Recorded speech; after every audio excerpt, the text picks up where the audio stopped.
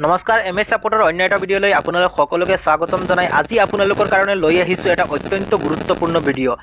আজি আপোনালোকক জনাম যে যিসকলে ইতিমধ্যে চৰকাৰী ই-ৰিক্সা সিলাই মেচিন আৰু ফেশ্বন ডিজাইন মেচিন বা পেপাৰ প্লেট মেকিং মেচিনৰ বাবে আবেদন কৰিছিলে যিসকলে আবেদন কৰিছিলে আৰু যিসকলে এতিয়ালৈকে আবেদন কৰা নাই আমি সকলোৱে জানো যে 17/1/2024 তাৰিখলৈকে যেটো ডেট দিয়া হৈছে সেইটো ডেটত এইটো ৱেবছাইটটো বন্ধ হৈ পৰিছে আৰু বহুতে আবেদন কৰিব পৰা নাছিল আৰু বহুতে আবেদন কৰিছে যিসকলে আবেদন কৰিছে আৰু যিসকলে আবেদন কৰা নাই ফ্ৰী ই-ৰিক্সা বা পেপাৰ প্লেট মেকিং মেচিন আৰু সিলাই মেচিন যিবিলাক এই সকলোখিনিৰ কাৰণে যিসকলে আবেদন কৰিছে আৰু যিসকলে আবেদন কৰা নাই তেওঁলোকে আবেদন কৰিব পাৰিব অসম সংখ্যালঘু উন্নয়ন বৰ্ডৰ তৰফৰ পৰা ইতিমধ্যে আহি পৰিছে এখন জাননী আৰু সকলোৱে এতিয়া আবেদন কৰিব পাৰিব কিয়নো বহুতে ই-ৰিক্সা বা সিলাই মেচিনৰ বাবে আবেদন কৰিব পৰা নাছিল বহুত ইচ্ছুক হিতাধিকাৰীও আবেদন কৰিব পৰা নাছিল কিয়নো এই সময়সীমা শেষ হৈ গৈছিল 17/1/2024 লৈকে ধাৰ্য কৰা আছিল আৰু সেই সময়সীমাত বন্ধ হৈ পৰিছে আৰু ইতিমধ্যে এই সময়সীমা বৃদ্ধি কৰা হৈছে কোন তাৰিখৰ পৰা আবেদন কৰিব পাৰিব কেতিয়ালৈকে এইটো আবেদনৰ তাৰিখ বন্ধ হৈ যাব এতিয়া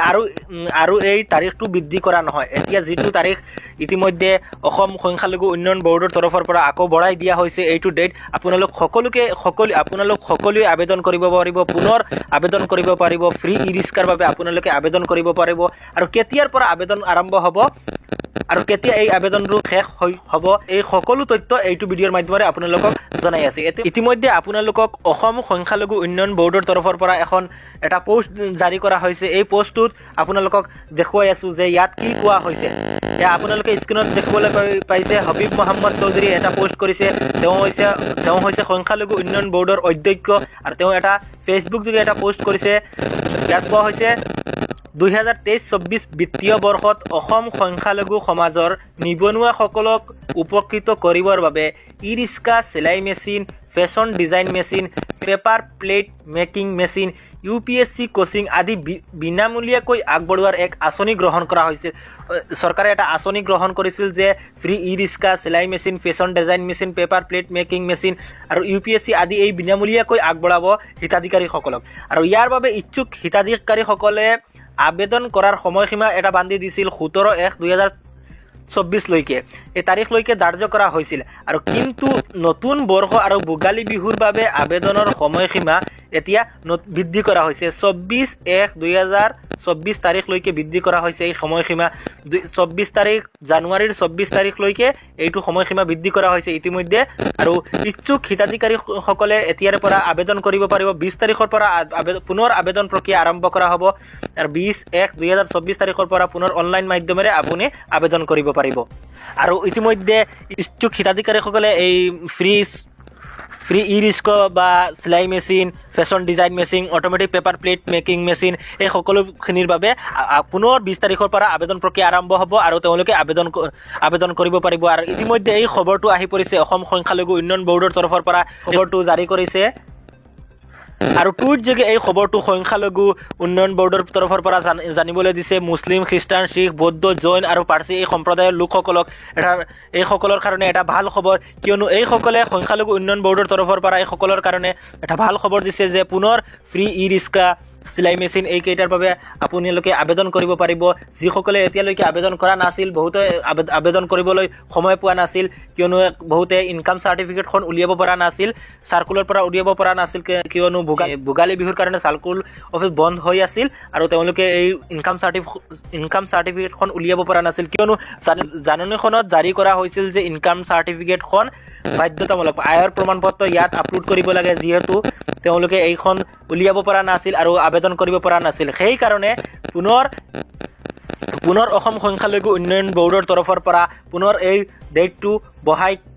24/1/2024 তাৰিখলৈকে বৃদ্ধি কৰিছে আৰু ইচ্ছুক হিতাধিকাৰীসকলে এতিয়াৰ পৰা 20/1/2024 তাৰিখৰ পৰা পুনৰ অনলাইন যোগে তেওঁলোকে আবেদন কৰিব পাৰিব আৰু আবেদনৰ প্ৰক্ৰিয়া সেম আগৰ ধৰণে আমাৰ আগৰ ভিডিঅ'ত ডেছক্ৰিপশ্যনত লিংক পাব কেনেকৈ আবেদন কৰিব পাৰিব সকলো এই ডেছক্ৰিপশ্যনত দিয়া থাকিব আৰু আজি এই ভিডিঅ'টোৰ মাধ্যমেৰে পুনৰ আপোনালোকক দেখুৱাম কেনেকৈ আপুনি আবেদন কৰিব পাৰিব ফ্ৰী ই-ৰিক্সাৰ বাবে আপোনালোকে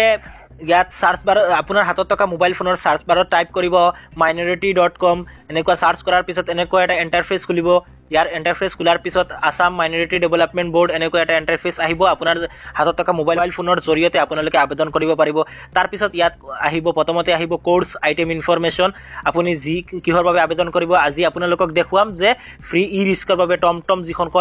কোৱা হয় আৰু ই ৰিস্কৰ বাবে আপোনালোকে আবেদন কৰিব পাৰিব প্ৰথমতে ইয়াত সিলেক্ট কৰিব ইয়াত দিয়া থাকিব coaching for entrance UPSC exam distribution of sewing machine মানে সিলাই মেচিন আৰু ই ৰিস্ক মই আপোনালোকক দেখুৱাম ই ৰিস্কৰ বাবে আবেদন কৰি দেখুৱাম প্ৰথমতে আপুনি ই ৰিস্ক সিলেক্ট কৰিব তাৰ পিছত আপোনালোকৰ পাৰ্সোনেল ইনফৰমেশ্যন জুনে আবেদন কৰিব তাৰ ক্যান্ডিডেট জনৰ নাম ক্যান্ডিডেট জনৰ ফাদাৰৰ নাম ইয়াত আপোনালোকে ক্যান্ডিডেট জনৰ মোবাইল নম্বৰ এইটো মোবাইল নম্বৰ যেটো দিব তাত লাষ্টত এটা ওটিপি আহিব ভেৰিফিকেশনৰ বাবে ওটিপিটো দি আপুনি ফৰ্ম এখন লাভ কৰিব এই মোবাইল নম্বৰটো আপুনি প্ৰথমতে চাই দিব তাৰপৰত কোনটো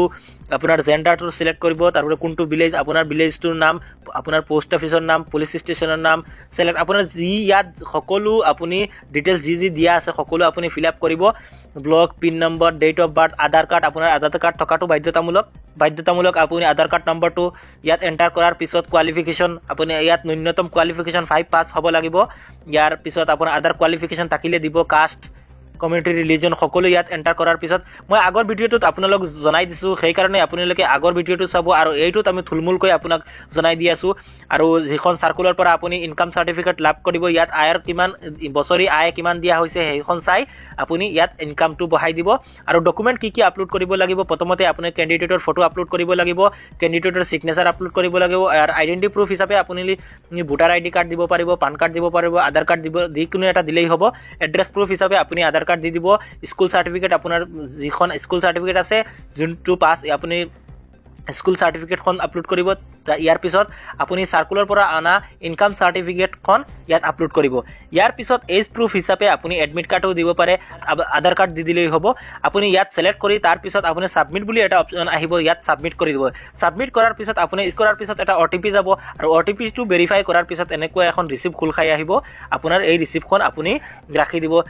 পিছত আপোনাৰ যে ভেৰিফিকেশন আহিব এই ভেৰিফিকেশনৰ সময়ত আপুনি যি ডকুমেন্ট আপলোড কৰিছিলে এই ডকুমেন্টখিনিৰ লগত আপুনি এই ৰিসিপ্টখন দেখুৱাব লাগিব আশা কৰো আপোনালোকে সকলোৱে বুজি পাইছে এইটো ভিডিঅ' চাই আপোনালোকে আশা কৰিছো যে আপোনালোকে সকলোৱে ঘৰতে বহি মোবাইলৰ জৰিয়তে আপোনালোকে ফ্ৰী ই ৰিস্ক বা ফ্ৰী সিলাই মেচিনৰ বাবে আপোনালোকে আবেদন কৰিব পাৰিব